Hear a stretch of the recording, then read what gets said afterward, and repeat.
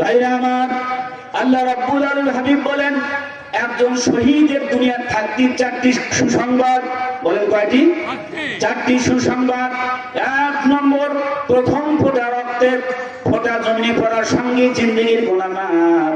দুই নম্বর, আল্লাহ রাব্বুল আলামিনের জান্নাতের সুঘ্রাণ তার নাকে এসে শোভা পায়, তিনি বুঝতে পারেন জান্নাতের সুঘ্রাণ। তিন নম্বর, যখন তিনি দুনিয়ার থেকে বিদায় হওয়ার উপক্রম হয়, তার যন্ত্রণাটা একটা মৃত্যু যন্ত্রণা হয়, শুধুমাত্র একটা পিঁপড়ে কাটার যন্ত্রণার মতো সামান্য যন্ত্রণা। আল্লাহ হাবিব বলেন এরপরে জান্নাতের ছবি তার সামনে ভাসায় দেওয়া হয়। আগে বলে, বান্দা, আমার জমিনে আমার কোরআনকে বাস্তবায়ন করার জন্য তুমি যেহেতু নিহত হচ্ছ, আমি রব্বুল আলামিন তোমাকে এই ছবি দেখাচ্ছি, তাই তোমার বাসস্থান হবে, তুমি এই জান্নাতে চলে আসবে। তুমি দেখে নাও, প্রাণ ভরে দেখে নাও। এই ছবি দেখার সঙ্গে সঙ্গে পিছনে সে দেখায় না, মানব রচিত আইনের দিকে দেখায় না, মানুষের রক্ত চক্ষুতে ভয় পায় না, কোন স্টেন নামকে ভয় পায় না, কোন প্রকারের অস্ত্র শস্ত্রকে ভয় করে না, মানুষের কোন আইন কানুনকে ভয় করে না, সামনের দিকে অগ্রসর হয়। এই অবস্থায় যখন আল্লাহ রাব্বুল আলামিনের পক্ষ থেকে জান্নাতের ছবি দেখানো হয়, ছবি দেখে তিনি জীবন দেওয়ার জন্য উদ্যত হয়ে যান। আল্লাহ রাব্বুল আলামিনের অবস্থায় যখন এই বান্দাকে যখন দুনিয়ার থেকে চলে আসে, আল্লাহ রাব্বুল আলামিনের হাবিব বলেন তার কোনো বিচার হয় না, হিসাব হয় না, বিনা বিচার আল্লাহ রাব্বুল আলামিন তাদেরকে জান্নাতি হিসেবে ঘোষণা দিয়ে দেন। জোরে বলেন সুবহানাল্লাহ, আরো জোরে বলেন সুবহানাল্লাহ। শহীদি মরণ দিও আমাকে, বলেন আমিন। ভাইরা আমার, মরতেই হবে যখন, বলেন সবাই, মরতেই হবে যখন, শহীদি মরণ দিও আমাকে। কি চান কিনা বলেন? শহীদি মরণ চান কিনা বলেন? সর্বশ্রেষ্ঠ মউত শাহাদাতের মউত।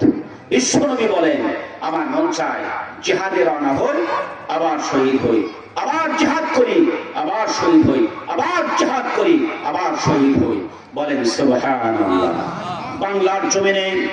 বাংলার জমিন থেকে কোরআনের আইনকে উৎখাত করার জন্য, কোরআনের শাসনকে নির্মূল করার জন্য অনেক চক্রান্ত হয়েছে, আগামী তো অনেক চক্রান্ত হবে।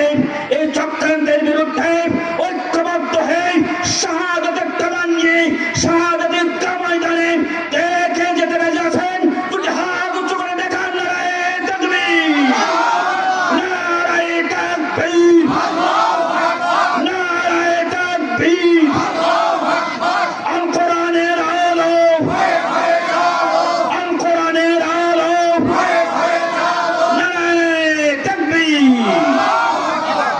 আসুন, বাংলার জমিনে ইসলাম প্রতিষ্ঠিত হলে সর্বপ্রথম কাজ হবে কয়টা? চারটি। এক নম্বর, নামাজ প্রতিষ্ঠা। ভাইরা আমার, আল্লাহ রাব্বুল আলামিন বলেন, আকিমিস সালাতা ইন্নাস সালাতা তানহা আনিল ফাহশাই ওয়াল মুনকার। নামাজ প্রতিষ্ঠা করো। নামাজ সমস্ত অন্যায় অশ্লীল কাজ থেকে তোমাদেরকে ফিরায় রাখবে। বলেন সুবহানাল্লাহ।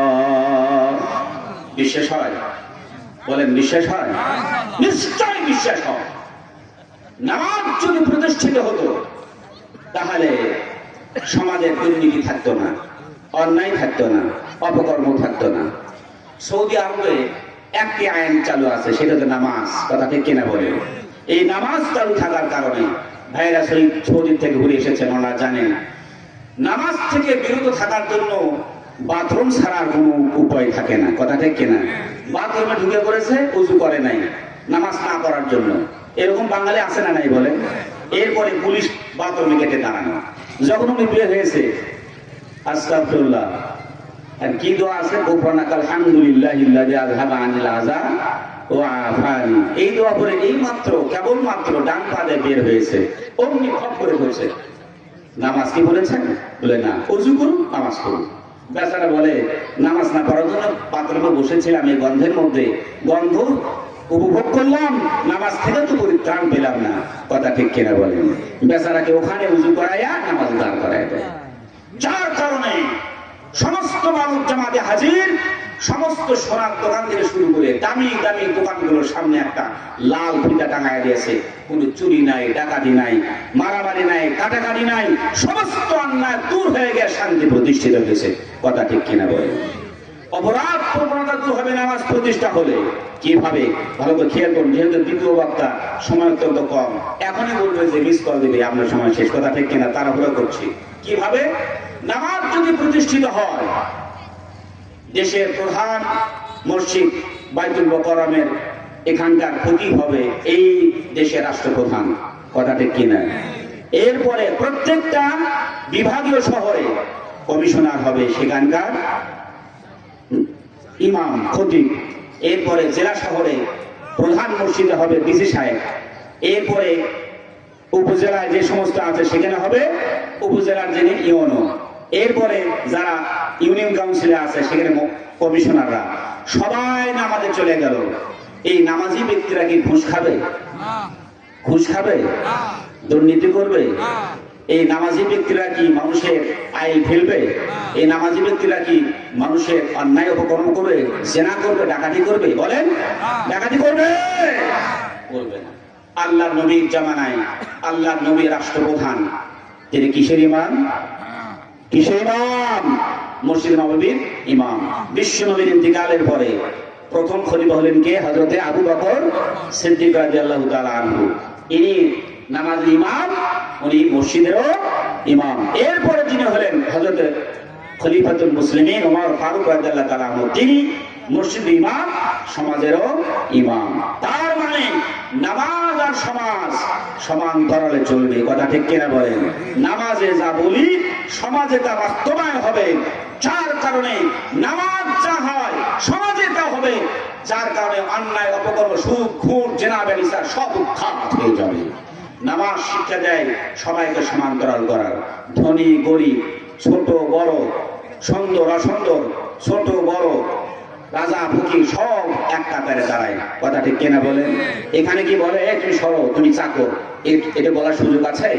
সমাজে ছোট বড়, ধনী নির্ধন সকলে একভাবে সমভাবে থাকবে। অধিকারের দিক থেকে সবাই সমান। কথা ঠিক কিনা? নারী পুরুষ সবাই অধিকারের দিক থেকে সমান। অনেকে বলে নারীদেরকে ঠকানো হয়েছে ইসলাম। নাউজুবিল্লাহ বলেন, ইসলাম সবচেয়ে বেশি মর্যাদা দিয়েছে। অনেকে আবার অপপ্রচার চালায়, ইসলাম প্রতিষ্ঠিত হলে নারীরা ঘর থেকে বের হতে পারবে না।